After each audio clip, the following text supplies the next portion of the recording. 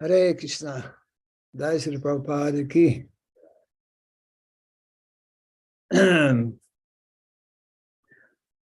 we'd like to welcome everyone again this evening.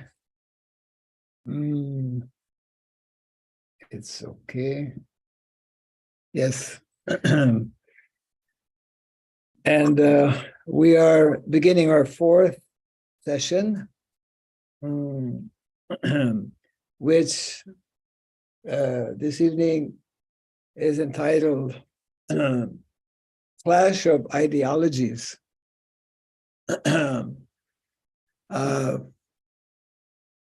Class of ideologies, especially, I think we can understand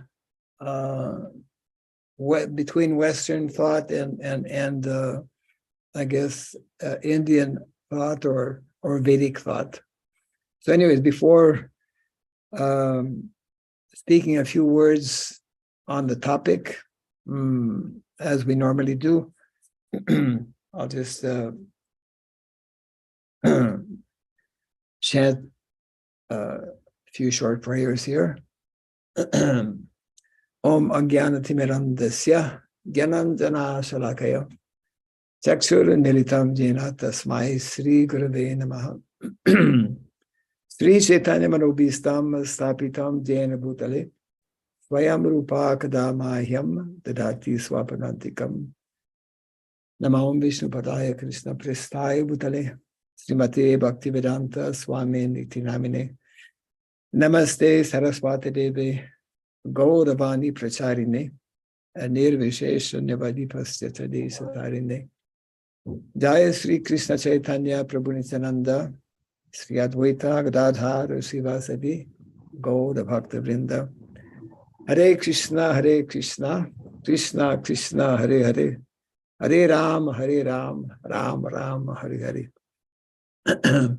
Kindly excuse me, my voice is a little strained. I'm here in Mayapur, actually, in West Bengal, in India, and we've just gone through kind of a major storm.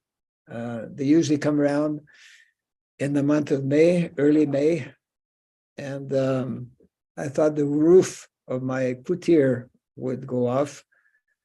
Well, actually, my roof didn't go off, but the roof of our go down did.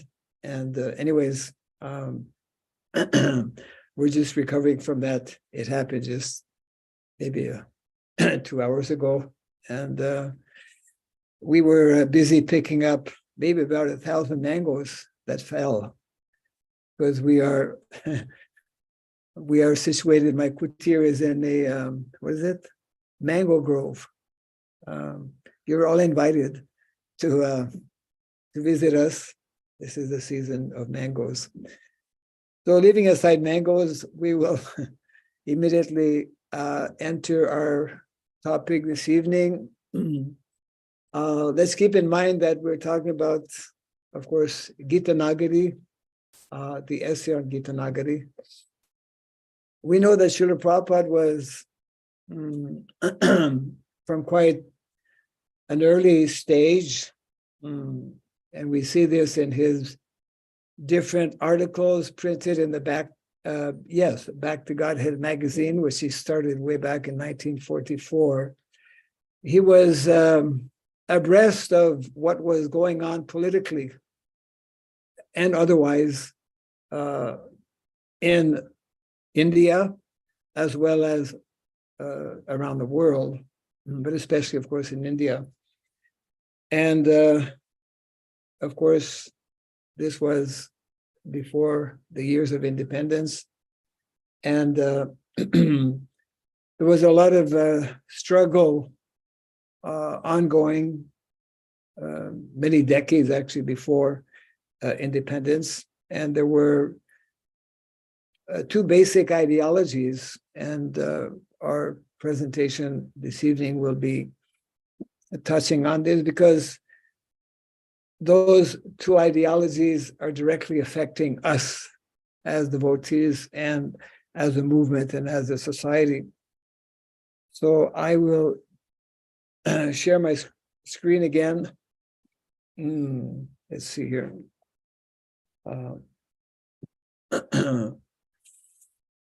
Okay.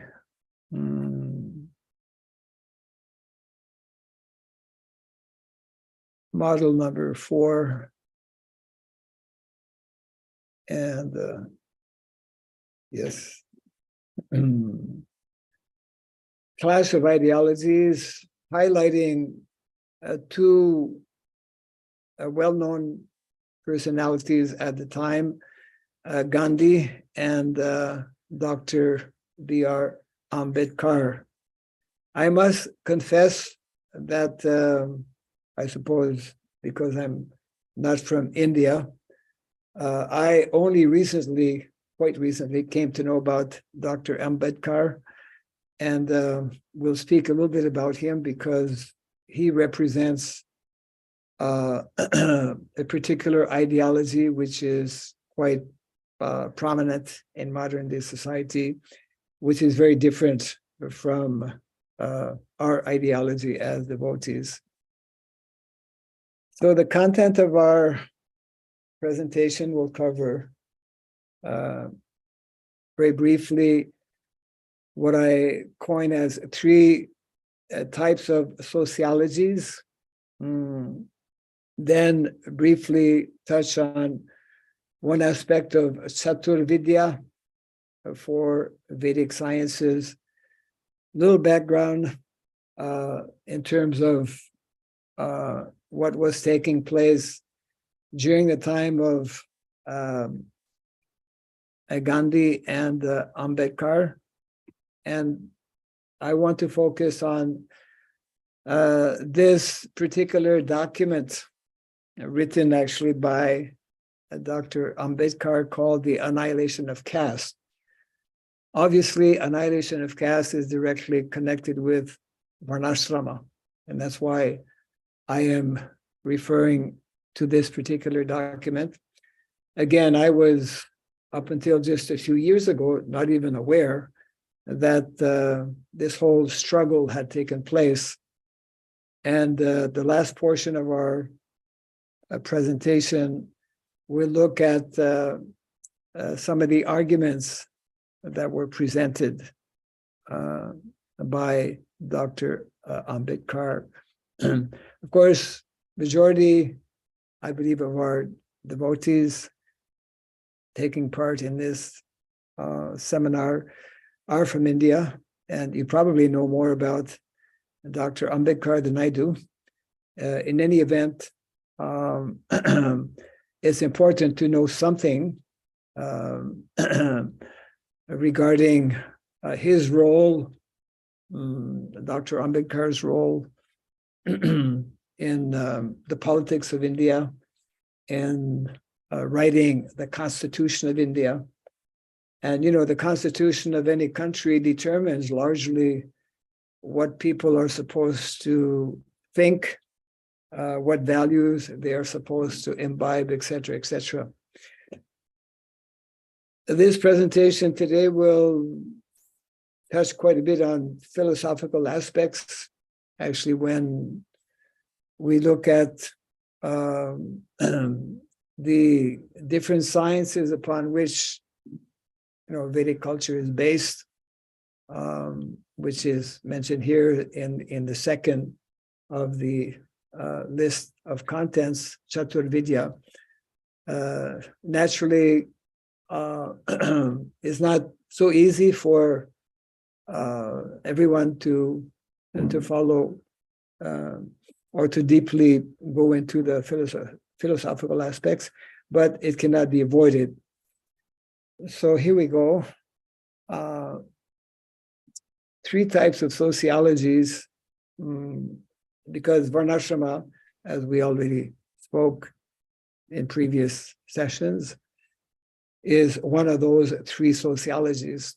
So Western sociology, important for us to know, I touched on that briefly the other day, that it's a recent science that was established not that long ago, I mean, just a few hundred years ago. And it was born out of a rejection, we'll recall, of religiosity and royalty at the time. Important for us to know this. And basically introduced what is now common practice in the Western world, but it is influencing greatly also all other parts of the world, including here in India, where one tries to understand things simply out of reason and logic, etc. The second type of sociology, which was a reaction to the Western sociology, I call it, well, I don't call it, it's called, is referred to as Indian sociology. So sociology as a discipline emerged from the contributions made by social thinkers, philosophers, administrators who worked at understanding the Indian society. They emphasize the need to preserve the indigenous social institutions found in Indian society, rather than destroying them and imposing the alien way of life on the people. So, in other words, sociologists from India did not want to fully accept the Western way of thinking. They wanted to maintain aspects of their culture and tradition, because very differently from America, America is only just a few hundred years old, whereas India goes back centuries and millennia. So therefore, there's a whole cultural baggage, there's a whole tradition which is not there in America. So this is briefly about Indian sociology. And then, of course, we have Vedic sociology, which is extremely important for all of us as devotees, as representatives of the Vedic culture, to understand what is Vedic sociology. And it is intimately, directly connected with the whole concept of varnashrama. We've touched on that briefly the other day. So just to summarize briefly, Western sociology is primarily atheistic in nature. It is empiric, humanistic, materialistic, highly speculative, and it is a recent science. Indian sociology is also recent. It is characterized as being quite nationalistic in nature, and it's a somewhat unclear mix of philosophy and religion, and a reaction, as I mentioned, to Western sociology that was questioning all values and religion to the point of actually rejecting religion as well. Whereas our Vaishnav Vedic sociology is holistic, it is authorized, and it is giving us a balance of philosophy and religion. It's blending what we spoke about yesterday or the day before, a balance or a blend between the material swadharma and the spiritual swadharma. So therefore, we as devotees naturally follow Vedic sociology. Now, just briefly, within the context of Chaturvidya, there are 4 sciences. Later we will go into this into more detail, but these are the 4 basic sciences, and it's really important for us to have some knowledge of this. Most of us have actually not been trained in this way. The first of the four sciences is called Anvikshiki, it's a science of philosophy. And it's preliminary actually to the other three sciences. The second is called Trayi, the science of education, which is primarily to train up individuals as brahmanas. The third is Dandaniti, to train individuals as kshatriyas, the science of politics. And the fourth is Varta, the science of economics, or Vaishyas. So I just want to touch a little bit on the science of philosophy here.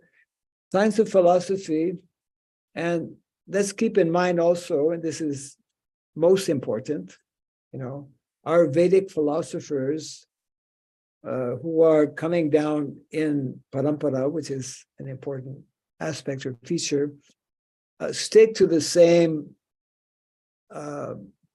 scientific understanding. It's a standard knowledge, it's a standard science, and it doesn't change. So this science of philosophy is broken into three. The first one being Sankhya philosophy. In the English or Western world is referred to as metaphysics. And we especially learn more about Sankhya in the Srimad Bhagavatam, where Bhagavatam covers 10 different tattvas, subject matters. Second aspect of Anvikshiki is yoga. Second division of the science of philosophy is yoga. In the Western world, we can refer to as ontology, how we perceive the worldview, and especially helpful, basic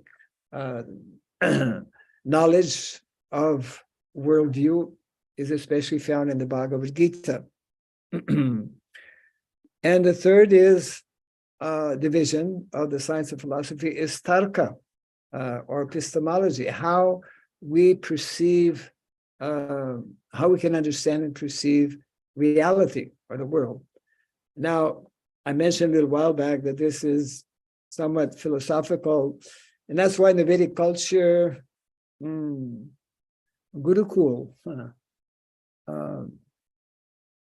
becoming a student in Gurukul was very much for a very small percentage of the population, only those who actually could deeply get into these different subject matters, beginning with this first preliminary topic of Anvikshiki.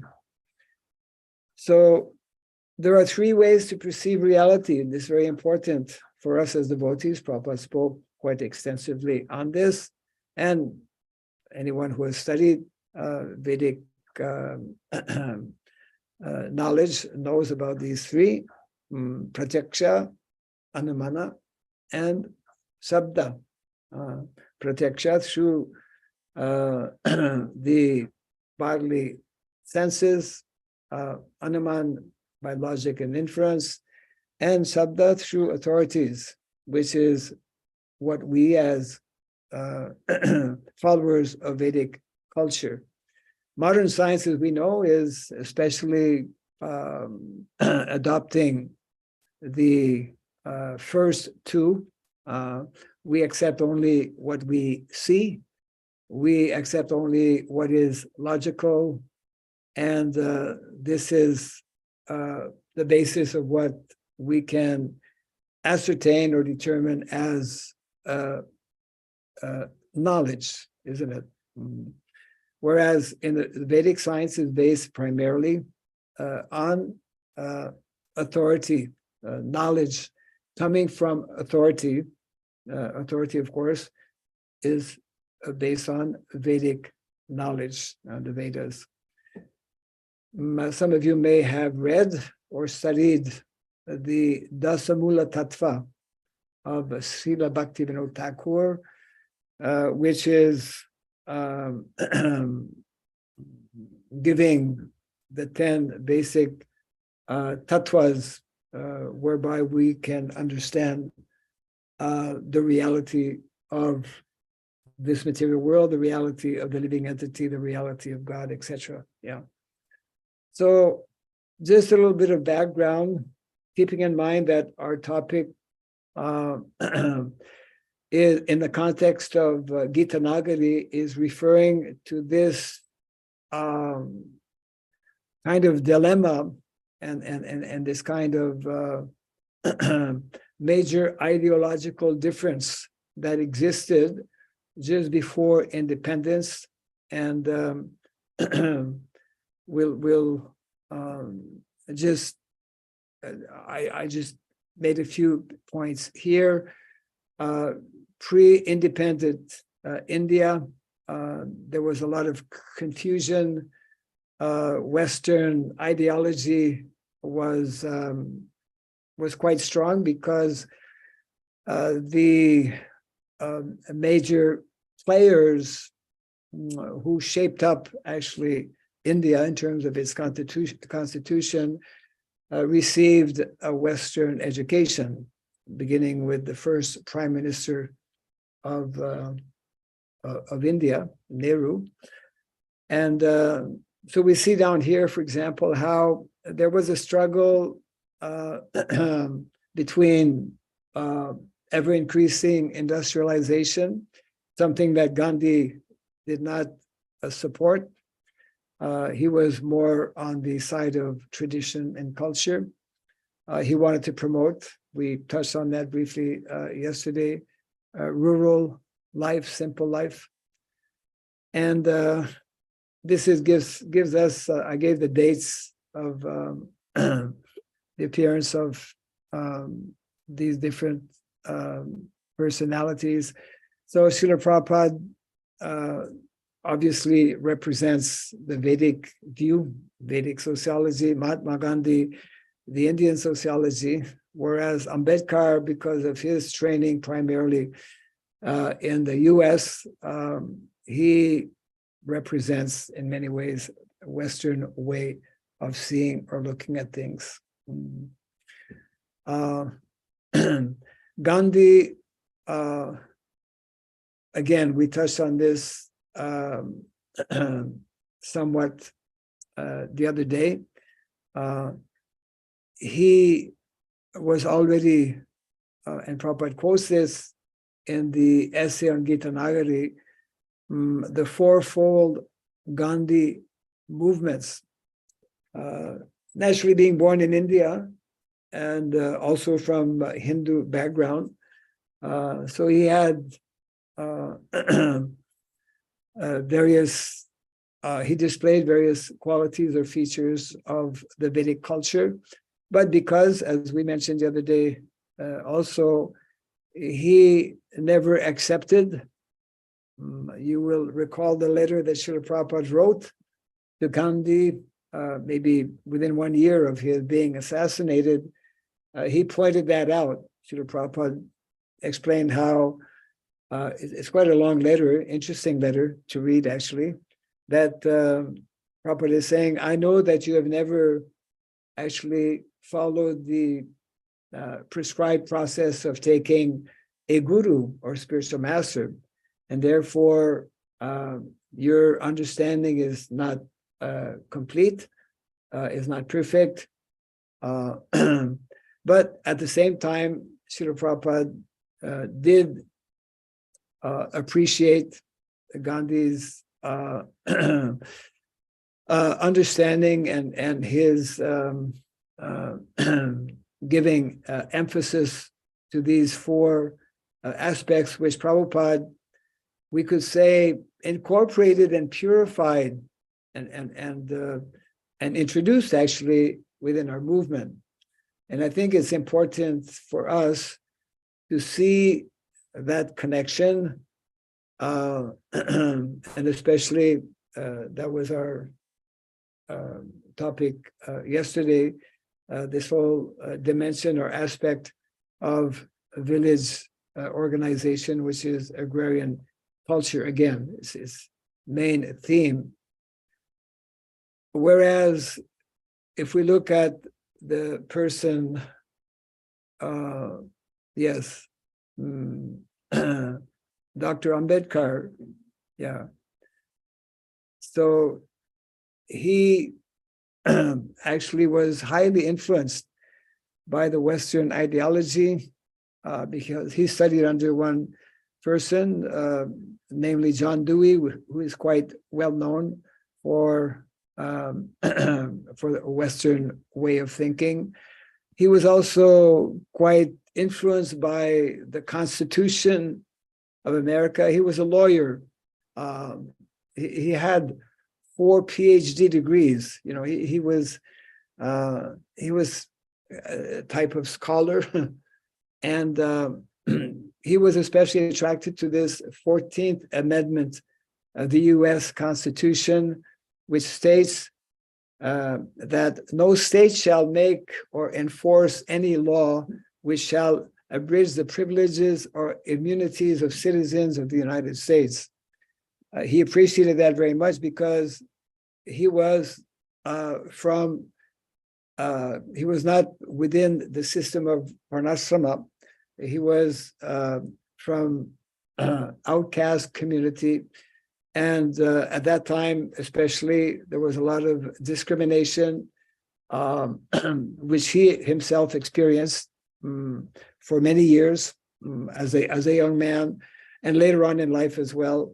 So by his going to America and coming to know about the different amendments in the Constitution, naturally, after his studies, he was very much instrumental in introducing this in the Constitution, which was something very much different or against the thought or the ideology of Gandhi.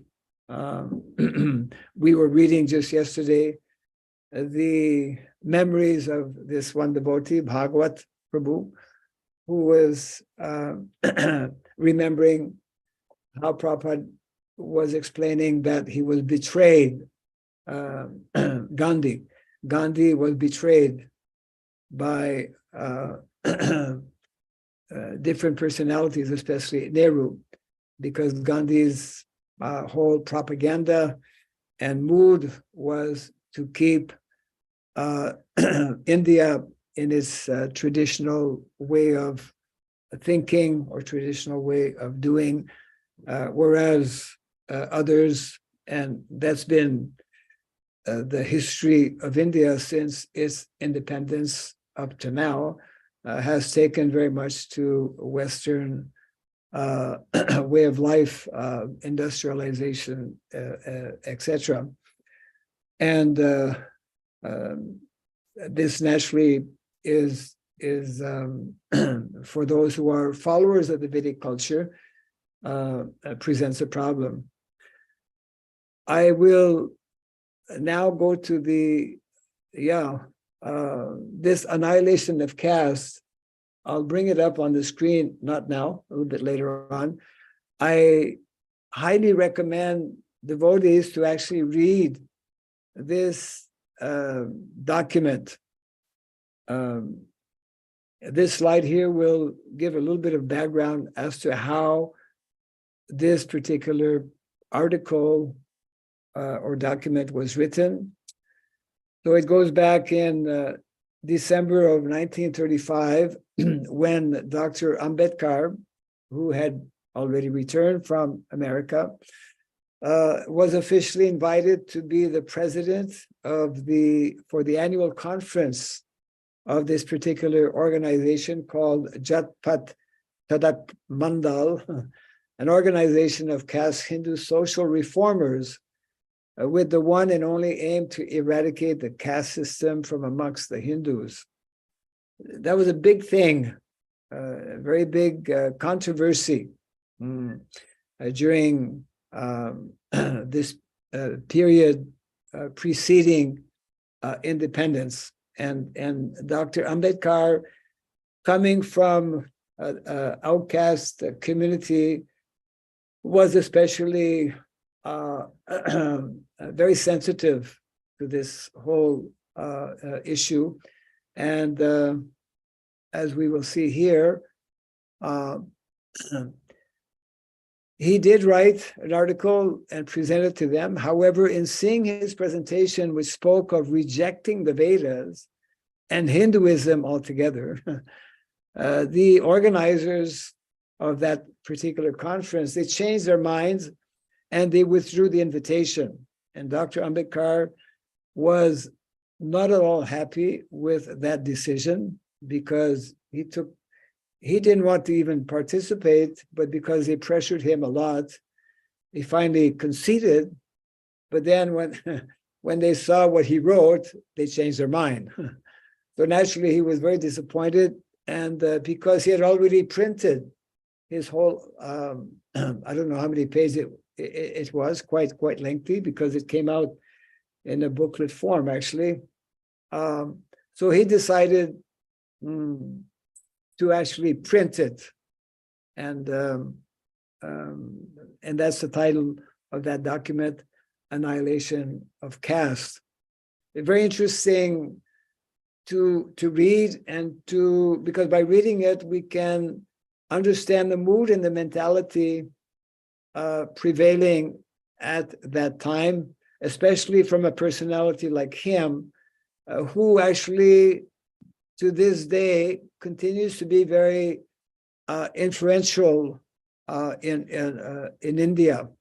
And it's at one point, for example, Dr. Ambedkar, to I guess demonstrate that he was quite serious about this whole exploitation that was taking place, that he was very dissatisfied with the whole caste system. He had publicly burnt the Manusumita, isn't it? Others have followed afterwards, even just quite recently, I believe, that came out in the papers, maybe just a few months back, actually. And because in the Manusumita, there are various statements which a number of individuals find very objectionable. Of course, we know that Srila Prabhupada refers to the Manusumita. And we also know that some of these Vedic writings were actually tampered with intentionally to change the meaning and actually to just create confusion in the minds of different people. That's a whole other subject matter in itself. So in the context of this annihilation of caste, and as I mentioned, to understand about Varnasrama and to understand why Srila Prabhupada spoke about the need and the importance of establishing Varnasrama, we need to have this this kind of background information to understand why so much of opposition was there, and why in our present attempts also to introduce Varnasrama, unless we are having a clear vision or clear understanding of what Shastra is presenting, and are knowledgeable, aware of the various, we could say, abuses that have been there in the system, then we will not be able to properly actually introduce the system of Varna and Asrama. Gandhi had responded actually to his document, and to the response of Gandhi, there are 6 points that were made by Dr. Ambedkar to refute Gandhi. And this is what I am presenting here as a conclusion to this presentation, which again, I guess within the context of India at that time is echoing, we could say, is echoing the kind of ideological struggle that that was there not only in India, but that became manifest even more so in India, largely because of Dr. Ambedkar having studied in the West, having accepted this Western approach and Western ideology. And of course, he does state in that document, Annihilation of Caste, which is what we'll be reading some short portion here. He finally, his main argument was that actually Varnashrama and the anomalies that are there cannot be remedied. You cannot fix it. It cannot be changed in such a way that it won't again fall into array, so to speak. And therefore, the only way, this was his argument, the only way that the problems that have been created by this caste system, the only way to stop or to do away with these problems is to completely reject the Vedas themselves, basically to reject Hinduism for him. And therefore, that's what he did, I think, within the last year of his life. At the end of his life, he actually officially took or adopted Buddhism, because in Buddhism, we find some of the same ideologies that he found in the Constitution in America, in terms of promoting fraternity and things of that nature. And when he actually converted to Buddhism, so many, I believe, some 35,000 followers at that time also converted. These are the arguments that Ambedkar analyzed in responding to Gandhi. In his rebuttal to Mahatma Gandhi's initial response to his paper, Dr. Ambedkar summarized his 6 principal points as follows, claiming that Gandhiji had not addressed them properly. This is, the reference is there. The first point that he was making was that the caste has ruined the Hindus. And his belief was that it could not be remedied, as I mentioned before. His second point was that the reorganization of the Hindu society on the basis of Chatur Varnya, Varnashrama, is impossible because the Varnashrama is like a leaky pot or like a man running at the nose. I mean, I'm just quoting verbatim what he has replied to Gandhiji. It is incapable of sustaining itself by its own virtue and has an inherent tendency to degenerate into a caste system unless there is a legal sanction behind it which can be enforced against everyone transgressing his varna. These are his arguments, his second argument. The third point he was making, that the reorganization of the Hindu society on the basis of Chaturvarnyam would be harmful, because the effect of the Varna, he calls it Varna Vyavastha, would be to degrade the masses by denying them opportunity to acquire knowledge, and to emasculate them by denying them the right to be armed. One would have to go a little bit more deeply to understand more clearly what he meant here. The fourth point, that the Hindu society must be reorganized on a religious basis which would recognize the principles of liberty, equality, and fraternity. So we can see the link here with what is in the constitution, actually, of in most countries in the world.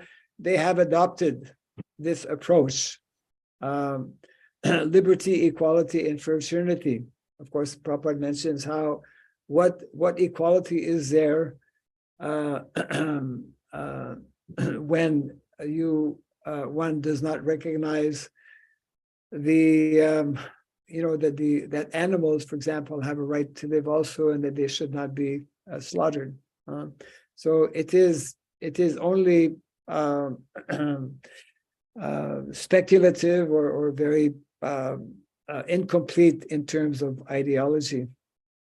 The fifth point which he made, that in order to achieve the above, in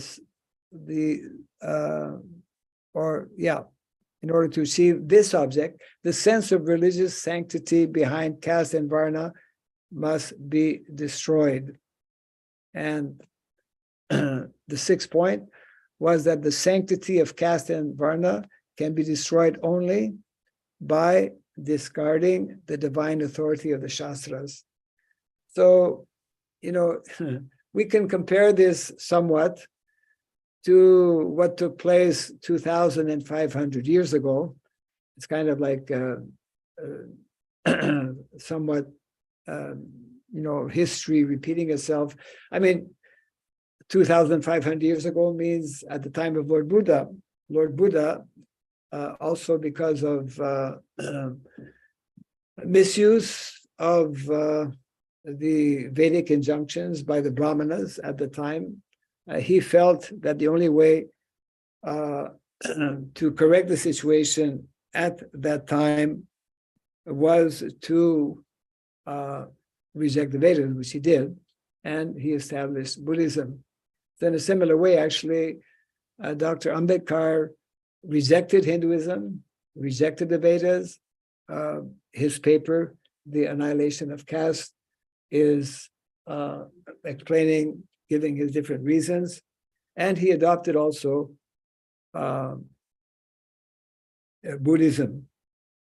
So this is background information which which is actually making up our presentation today. So we can, I'll just come out here of this screen, yeah. And I did mention initially that this particular presentation has different philosophical aspects to it. I want to show you this book, The Annihilation of Caste. This is a photo. I don't know how clearly you can see it here. Annihilation of Caste by Dr. B.R. Ambedkar. He is prominently, he's very much accepted here in India, outside of India as well, as being like a reformer. And he has many followers. He has different educational institutions as well. And in all the various universities, I think if anyone has visited any university in India, they have all the pictures of different scholars or intellectuals or poets, etc., his picture is very prominently displayed there. So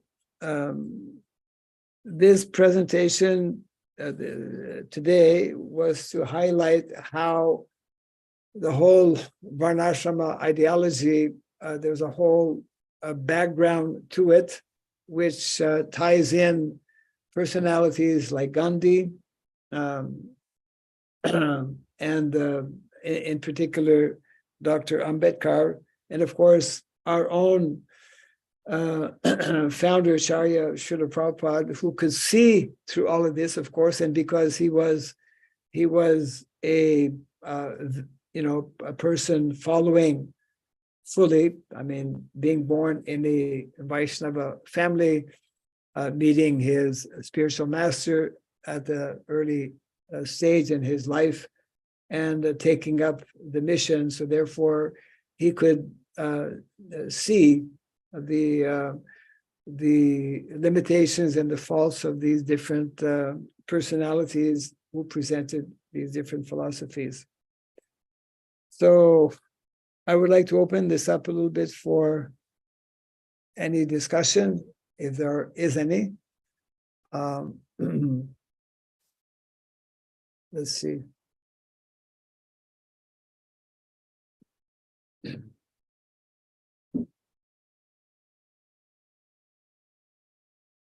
Let me ask a question, since I don't see any hands up here. How many have read, or maybe I should ask, how many of you who are present today know about this book or document, Annihilation of Caste? You can show your electric hand, possibly.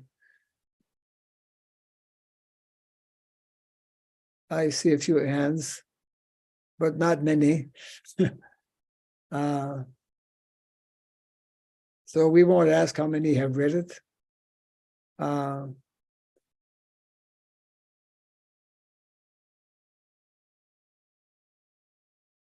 Okay. So,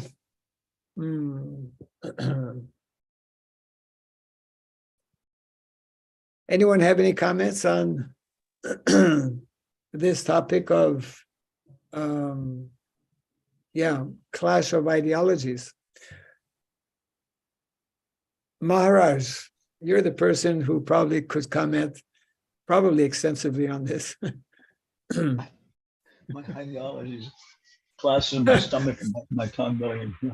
No, I was, again, always is such very interesting. I couldn't attend yesterday because I don't get my hand down here, it's my face. Let me see if we can bring you up. Our co-host can bring Maharaj on the screen here. Yesterday I had a meeting with Atul about they're trying to design the Bhaktivedanta examination and standards now. Okay. And start getting people trained, which of course is very much related. Somebody who has a Bhaktivedanta title should be well educated in this aspect of our culture historically. Yes. I don't know. I've never had investigated too much, a little bit, in terms of India and the classes of cultures, but my own particular thing was more like, do you know Alexis de Tocqueville? No. He's very famous sociologist from France, of course. Yeah. Okay. There we go. And because in terms of sociological development, when he came to the United States of America after it had just been formed, and people were very interested because, like you're saying, this was a big experiment, in terms of, I forget, something like 40% of the American population wanted to pick somebody for king. They wanted to take the royal lines they had, and they wanted to go ahead with, caste, Kshatriyism. When was this? He traveled around right after it was formed. It was formed. What year was this approximately? Oh boy, 1776 or something. Okay, way 1770. Back. Yeah, right after the Constitution was formed and everything else. And his conclusion, this is still very much read in Western sociology, uh, his notebooks, he said this country is formed upon ontological individualism. You know, that the ultimate reality is the individual, not the society, the community, the caste, or anything else. And I think he said it will be the salvation and damnation of this country. Okay. Because you won't be able to get people just to do things, because the group says so, and simultaneously nobody will do anything if they don't agree with it. So anyway, it was very much. And then what's the other one? I forget his name. He was from Berkeley. Habits of the Heart. He was a big, also sociologist, but he was going through the same thing, looking how America had been based upon fundamental sociological views, and very much this thing of ontological individualism, of the cowboy, John Wayne, the cowboy on his big horse alone. Of course, what's biggest one, maybe what's his name? 007. What's his name? James Bond. James Bond is an American icon that just doesn't stop. And you may notice that although he's an American icon, he's not American. He's British. Okay. Right. Because he embodies all the American ideals of even fighting against his own institution, everything else being independent, and save the people. But because we destroyed ourselves, America came into existence by patricide. Canada, they consider a continuous heritage from England. No, the United States, they had a conflict, but they still want it. And so then, what James Bond is a British guy. Right. The only other point was just that this caste system was even there in England right through World War I, and I think by World War II was starting to diminish, but it was extreme financial heritage in terms of lords, the House of Lords, and things being passed down through it was a big deal, the if you were nobility and stuff, and rights, and even land inheritance and so on. So I think it's understanding it in terms of our own particular history, and to me, I don't like the term so much, Western countries, because Africa is Western, South America is Western, and you say North America, but Mexico is a part of North America, and Canada, right? So North Americans, yeah. But to me, the real thing is this idea is there, but more is actually the industrialized countries and the industrialized perspective, which goes right not only into production of goods, but also goes into production of ideas. That our ideas and emotions should be produced at one point, and then they should efficiently be distributed all over the place. Hollywood should come up with the way we're going to feel about things, and then it should be broadcast and established, how we look at things, how we feel about things like that. So it's very much, is what you're saying is very, very interesting, and I agree, and the people should be tuned into because habits of the heart. What's his name? William Bella, a big guy. And it was the same thing. He was saying all of us, we live these things. We don't realize it. As from the United States, we have a certain sociological, way of looking at things. And British a little different, and so on. In Latin America, of course, is a whole thing too. And finally, of course, India. So thank you so much. I'm just very happy about this, and sorry I couldn't attend yesterday.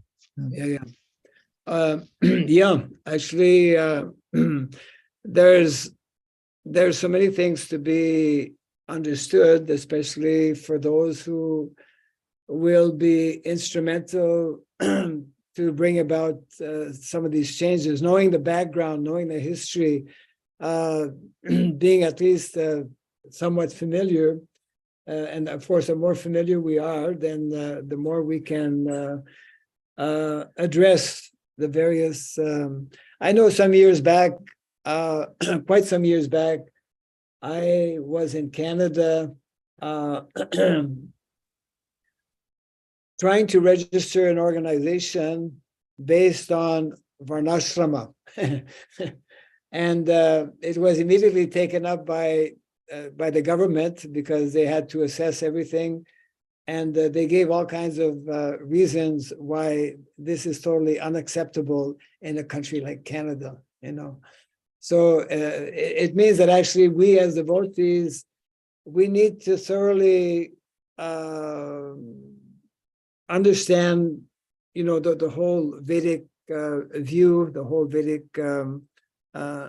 aspect of society, which in our perspective is the natural arrangement, because majority of people are just not aware about the modes of material nature, etc.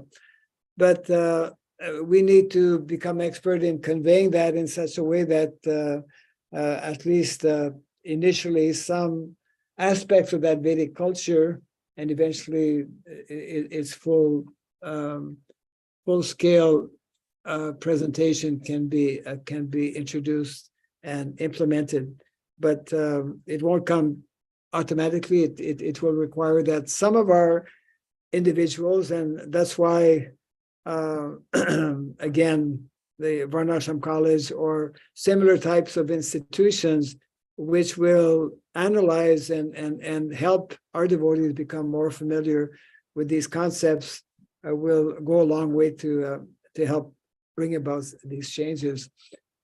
Thank you, Maharaj. We have a few hands up here. Let's see. I'm not sure which one was up first. I see Sri Jiva. I'll take yours. Yeah, go ahead, Prabhu. Hare Krishna, Dandot Pranam Maharaj. Yes, Haribol. Thank you very much. It's a small comment. It's a wonderful subject matter, this topic, because this modern people wants to. We see that followers of Ambedkar and Gandhi, how these in modern society they don't want this Varnashrama, and side by side. And when we read our books like Srila Prabhupada's Bhagavad Gita, Bhagavatam, so how deep-rooted that Varnashrama system is, and without that the society cannot run. And but somehow or other it is mispresented or misutilized. That's why modern public were so, or Ambedkar did not accept that. But whereas when you see that from the point of view of Vedic system, all are welcome to become a qualified Varnashrama person, either based on his qualification as a Brahmana, as a Kshatriya, as a Vaishya. Great. So this is a very interesting topic. That's what I feel. Yes, yes. Okay. Thank you, Prabhu. Haribol. Yes. Let's see. Dhanalada Prabhu. Yes, thank you. Hare Krishna. You're saying that departure from that we're experiencing, that we experienced from traditional monarchy and religion took place with the French Revolution. Yes. And perhaps we can say a little bit before that with the Magna Carta, when the English, that was in the 1500s, I believe, when the English threw off the yoke of the British kings. Okay. Divine right. But another point I'd like to suggest to you is that for the West, the departure came 2,000 years before Christ with Plato and Aristotle, and another fellow named Anaximander, who said that man is the measure of all things. And then Plato bought into that, as did Aristotle. And then from Plato, we get the definition of truth, which is what we perceive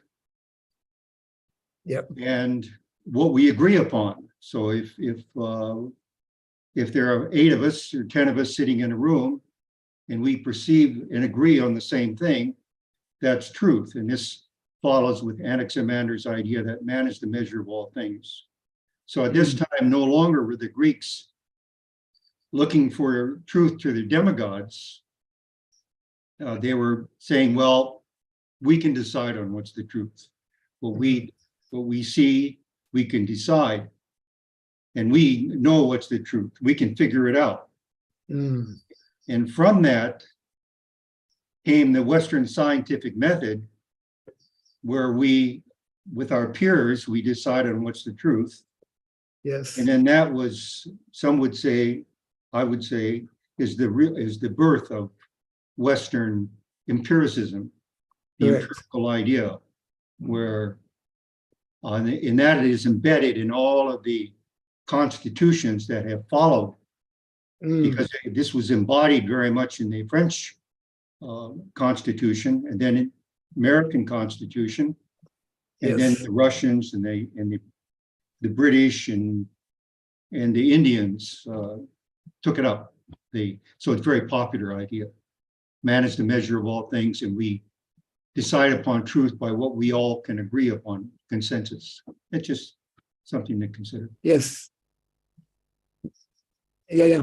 Good points. Actually, there were definitely various influences before the French Revolution, as you pointed out rightly, going back to the times of the Greek and whatnot. And these are all, of course, for us who are followers of the Vedic culture, symptoms of Kali Yuga. And it's important for us to know how these different influences came about and have brought us to where we are today, where we as followers of Vedic culture, Vedic teachings, have a tremendous, challenge because this whole Western ideology, empiricism is pretty well all pervading and has been established for a long, correct. So that means that this should be serving as an impetus for us to take to heart the instructions given by Srila Prabhupada that we need individuals who will very deeply and thoroughly understand the philosophy, because as I was mentioning a little earlier, in the first of the four sciences, science of philosophy, tarka, which has to do with debate and how to defeat opposing arguments, is something very important. So we need to train, in other words, we need to train individuals, and that is primarily and essentially within traditional educational Vedic systems such as Gurukula and Varnashrama colleges. And that's why Prabhupada gave so much of importance and emphasis. Thank you for that, Prabhu. Let's go on to, let's see. I'm just at random here choosing Shasvata Prabhu. Hare Krishna Maharaj. Yes. So thank you Maharaj for this wonderful series of seminars. It's very informative and educative. Maharaj, just sharing my understanding, like the Vedic sociology, the element of Vedic sociology can be brought into practice by somebody who is in power, in government. So I had good chance of hearing a very notable leader named with Swaminathan Gurumurthy.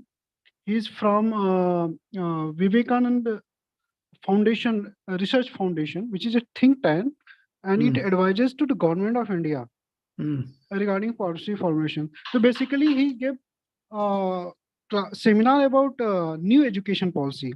So Maharaj, in that seminar, he basically highlighted how in new education policy, they are bringing the element of Indian traditions, how the Indian tradition is very sustainable and reliable. And basically they pointed out some statistics which is brought by the Western institutes, that since 1st century AD and up to 15th century AD, Indian economy was the topmost economy. It is not presented by the Indians. So such kind of statistics he presented in a college seminar. So, so my understanding is that somebody who is in a political power can bring out these changes for the public at large. So, as an individual practicing DOT, what is our role that we can contribute to implement these changes on the ground level, Maharaj? After Yes. having good understanding of it. Yes, Maharaj. Yes, well, definitely, Srila Prabhupada was always encouraging that we establish, that we preach, we use the word preach, that we establish good relationship with individuals who are already in positions of authority or positions of power. And if they can become devotees, you're giving an example of one individual, they are already in such a position that they can influence the present day policies of the government. So we need to do two things, actually. We need to have some of our own devotees take up such studies to become actually, that's exactly what will happen. Those who take up studies in the, let's say, the science of politics, which is one of the four standard sciences that make up Chatur Vidya, the science of politics, Dandaniti. So on that level, we need to train some of our devotees. Simultaneously, we need to work, interact, establish good relationship with individuals who are already in politics, isn't it? And who are possibly closer to understanding what is the Vedic approach, what is the Vedic, definition, or the Vedic science of economy, for example, which we know very clearly when we read the Vedic literatures, that Vedic economy is based on Krishi Gorakshavanijam. So on these two levels, we need to have individuals who will encourage such leaders in existing positions of authority, and we simultaneously ourselves on the ground level need to encourage, need to have in place, which we don't really have. So we're talking now actually about the one of the very essential missing elements within, I would say, our ISKCON society that Prabhupada very much stress and emphasize. We need to train individuals who will become actually kshatriyas. We need to introduce not only the Brahminical culture, but also the Kshatriya culture. These two cultures, especially, Prabhupada was telling the devotees in the U.S., and he expected that these two cultures be introduced in a place like the United States of America, that you work out a curriculum to train up individuals to become brahmanas, qualified brahmanas. Simultaneously, you work out a curriculum for individuals to become qualified kshatriyas. And if that happens, then all types of positive changes can gradually be introduced in your country, and your country can become successful. So we need to work on these two levels, I would say. It's a good point. Nice to hear that, there are various individuals, especially here in India, where in many ways there's more opportunity because Vedic culture is right here in India. Thank you, Prabhu. Tirthanatha Prabhu, your hand is up, I believe. Yes. Yes, Lord. Actually, I wanted to bring up two details. One is the question: how, if we are going to implement this Varnashrama dharma in ISKCON and train people, how are we going to go about? Like, are we going to ask them what is your preference? You want to be a Brahmana or Kshatriya, like a questioner? Or are we going to select them from what details they are giving and based on that, we conduct an aptitude test or something like that and select them like that. That is number one question. Number two, as Saswata Das Prabhu has mentioned about Mr. The primary person, Swaminathan Gurumurthy. Swaminathan Gurumurthy. I want to mention one small information which Swaminathan Gurumurthy has given about Kamsa. Actually, Kamsa's father-in-law, Jarasandhan's guru, who's known as Bahuka, he has given a theory to Kamsa. When Kamsa went and asked him a question, how can I make my citizens fall for me? Because they are all against me. Then Bahuka told that you are doing all mischievous things and you are doing a lot of disturbance to them. So how can they love you? So he said, no, please give me a suggestion. How can I do that? Then he said, open your charities. You give everything free for them and make everything flow. Like, open up all these liquor and this, that and all. And make the sanctity, that is, the family, the female part of the sanctity of Hinduism is like the purity will go. When the purity of the female part goes in a Hindu society, the whole society will fall down. And whatever they use it in. So that is what US is following. US culture is like that. They want to give freedom and they want to give everything, like, everything, whatever you want to do, you do. There is nothing called this thing. Anyone who want to do anything can do like that, that society. And that's why in US, he says that half of the population is under the dolmen, because the husband is left, or the wife is separated, or the children is separated, like that. And now this current politicians, they want to bring that. In fact, in most of the states, we have liquor and we have all these norms, which is he's telling that they are following the Bahubali. Thank you, Maharaj. Okay, Haribol. So I will just address the first portion of your question in terms of how to go about, isn't it, introducing training individuals who can become, especially Kshatriyas, for example, because within our society, Prabhupada has already given directives and has emphasized, especially for training Brahmanas, isn't it? So we have all of these different courses, Bhakti Shastri, Bhakti Vaibhav, etc. Now, Prabhupada answered your question because that very same question was asked also to him. And the devotee was asking, where do we begin? What do we do? Where do we begin to introduce Varnashrama, the Varnashrama system? So Prabhupada, he replied as follows. He says, you consider everyone as being unqualified, which in Kali Yuga is not difficult to do because we are all in so many ways unqualified. Kalo Shudra Sambhava. And then he says, you formulate a curriculum for someone to become a qualified Brahmana. Then you formulate another different curriculum for someone to become a qualified Kshatriya.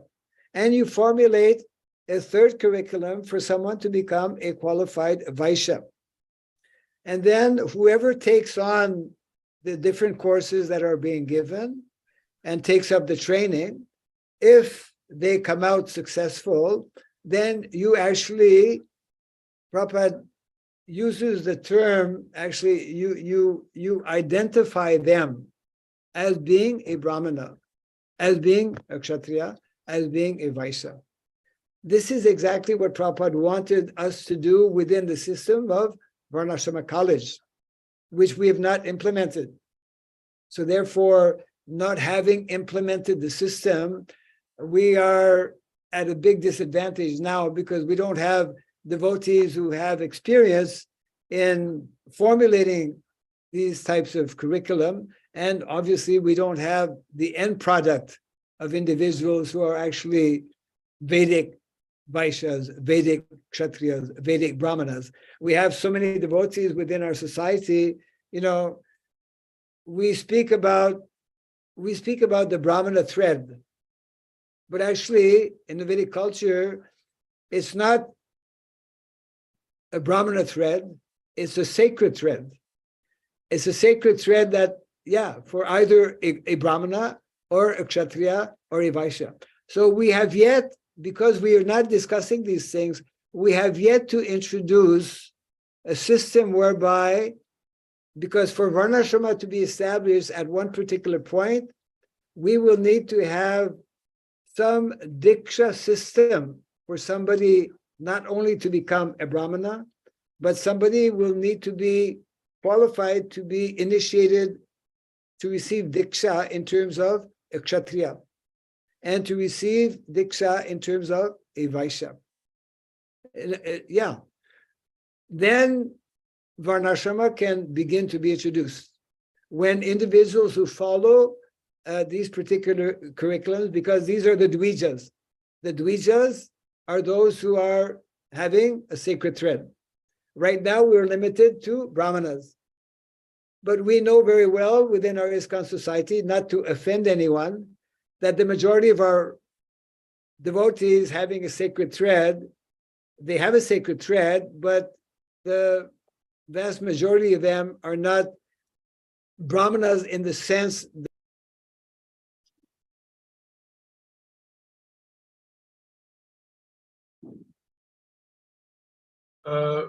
Arisha, Maharaj, we have lost you.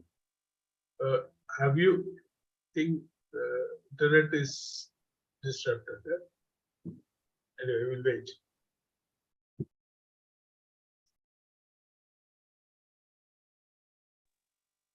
Maharaj muted.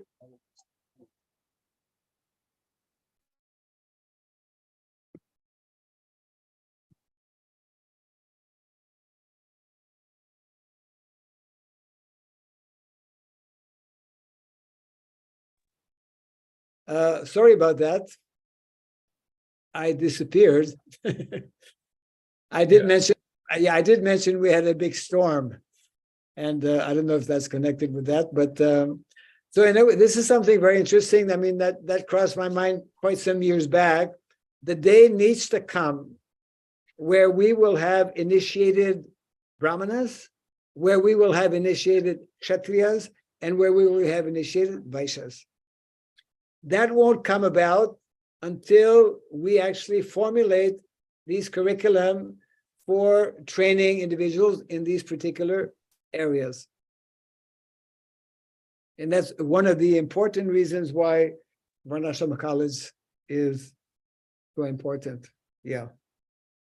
Thank you, Prabhu. I think we'll go to, let's see, Pran Govinda Prabhu. If you, Hare Krishna Maharaj.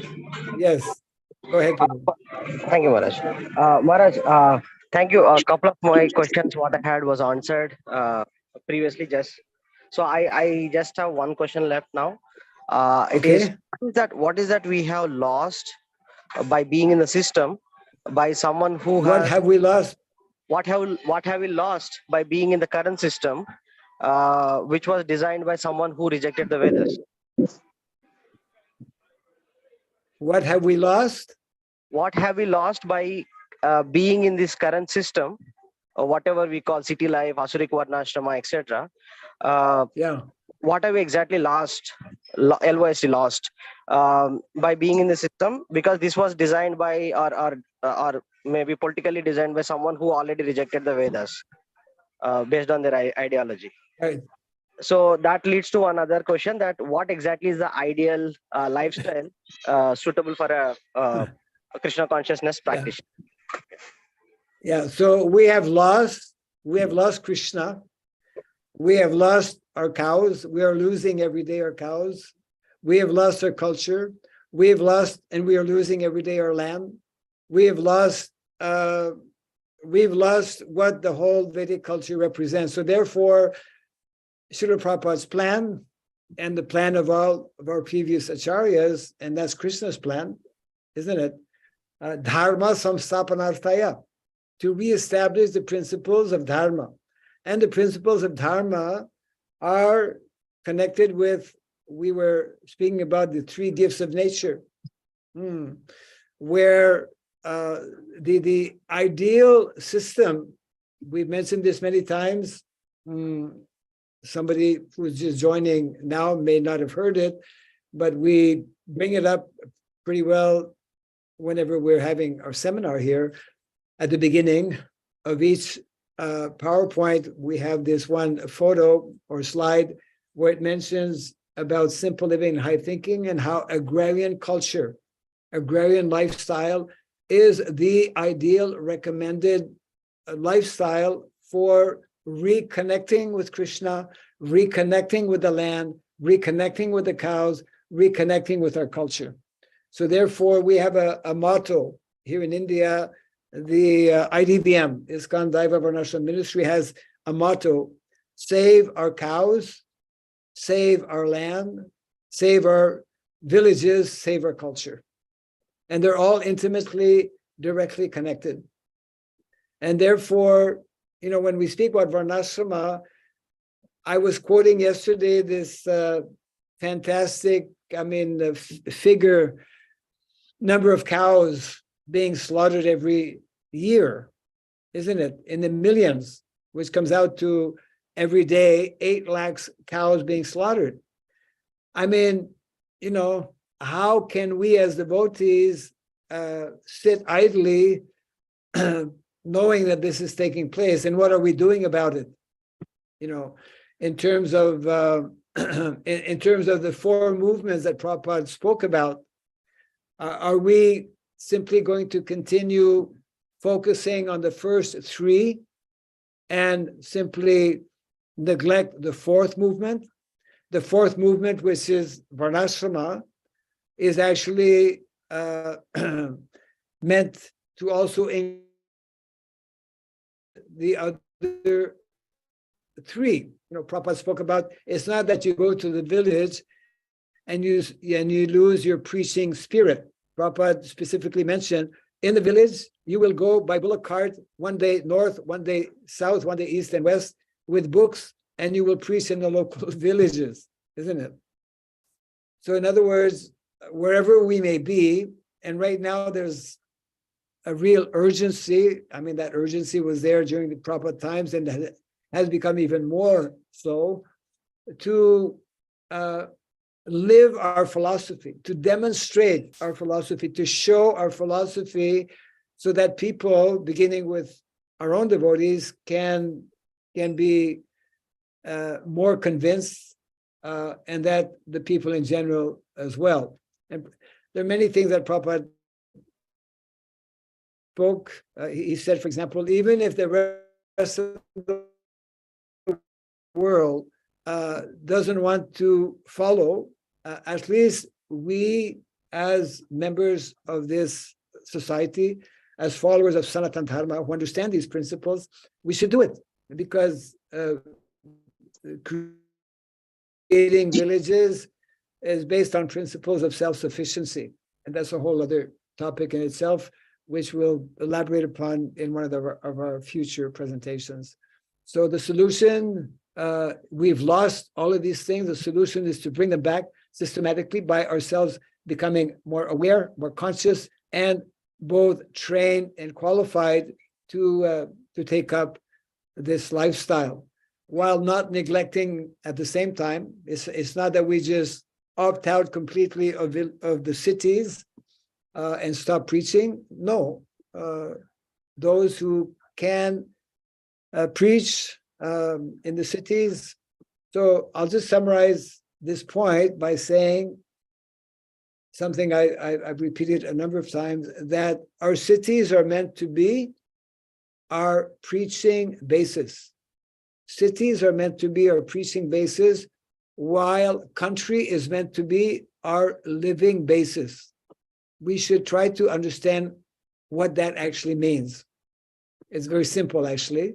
It means that we should live as devotees, the majority, in the country, and we should commute and preach in the cities. Some may stay in the cities, but we're doing the opposite now. Well, we're not even doing the opposite. I mean, because most of our devotees in the cities around the world are not going to the villages, but we should be. Yeah. Not only we should be going to preach in the villages, we should be going to live in the villages. I think there's one or two more hands up. Let's see. Yeah, Karanadakshay Vishnu Prabhu. Hare Krishna Maharaj, thank you very much. I'm really enjoying this, as I say every day. And in particular, today's talk about Ambedkar and Yes, Gandhi. yes. And I was just interested to know what is the present position with Modi, and how does he see things, and how can we influence him in the right? Yeah, well, that's we could say a loaded question, and yeah, and we have a very short time to answer that. Definitely, present government and Modi himself as an individual has praised the activities ISKCON. He himself introduces Bhagavad Gita, knowing it and explaining to different leaders whom he meets when he travels to different countries that this is actually the most important thing about India, this knowledge of the Bhagavad Gita. Yeah, I mean, that's a big plus. And but there's a need for the ministers within the government to become more familiar with the philosophy and the books of Srila Prabhupada, and gradually that is taking place, and hopefully it will take place even more. I'll just leave it at that for now, because I just want to get to two more hands that were up. Thank you. Okay, Prabhu, thank you. Gauranitai, Prabhu. Yes. Hare Krishna, Maharaj, Hare Krishna, all the devotees. Hare Krishna. I would like to say something about the root of Dharma. We are Which? speaking about root of Dharma. Truth of Dharma. Root. Like Root. Okay. Yes, root. yes. Yeah. So, and we are speaking about different smritis, Manusmriti, and other smritis. And I'm thinking that before we deeply go to one of the other smritis to help us to establish the Dharma, we need to see what these scriptures, what is the root of their scriptures.